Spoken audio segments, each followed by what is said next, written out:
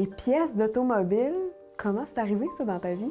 Bien, l'art automobile, c'est un peu un accident dans ma vie, en ce sens que mon conjoint est instructeur pour Porsche Canada. Puis, il y avait des pièces automobiles parce qu'il remonte des voitures et tout ça. Puis, à un moment donné, il dit « Ah, ça ferait une belle œuvre. » Fait qu'il m'a prêté un capot de Porsche, puis il dit « Tu pourrais te peindre là-dessus. »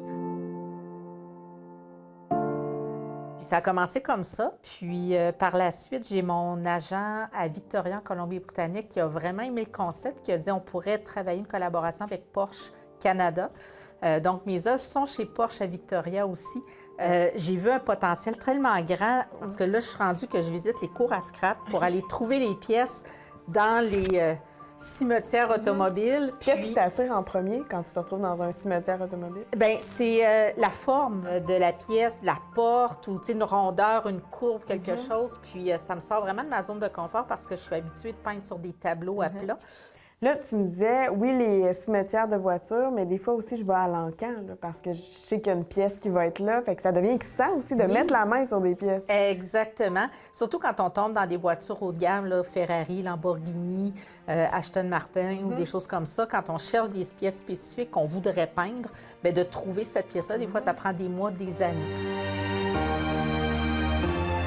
Quand j'ai trouvé le volant Ferrari Nardi 1960, j'étais vraiment contente.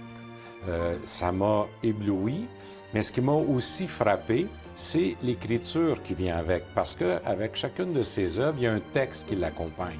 Et quand j'ai lu le texte, j'étais fini. J'étais obligé de l'acheter, cette pièce-là, parce que le texte était écrit en couleur, comme ces œuvres, mais aussi ça venait me chercher exactement où je suis dans ma vie actuellement.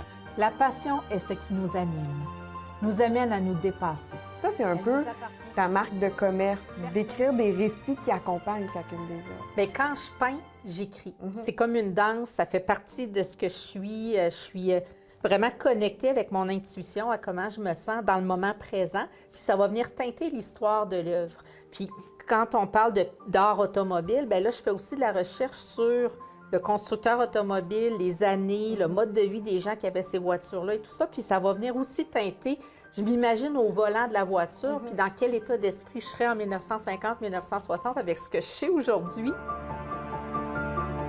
Et les œuvres accompagnent ton histoire aussi parce que ça a été un changement dans ta vie de te mettre à la peinture. Pendant 10 ans, j'ai été pour les soupes Campbell comme directrice des ventes pour le développement des affaires. Après ça, j'ai été 16 ans comme restauratrice propriétaire de 2 restaurants dans le Vieux-Québec. Puis pendant un parcours à l'École d'entrepreneurship de Beauce, on a fait un atelier de création un samedi soir très festif. Puis c'était ma première exploration avec la peinture dans un côté très ludique, mais ça a été très transformateur, très révélateur.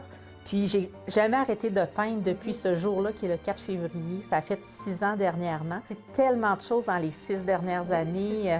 Au niveau de ma carrière, Michelle Obama, le Carrousel du Louvre à Paris. Je suis maintenant représentée dans 9 galeries d'art au Canada et aux États-Unis.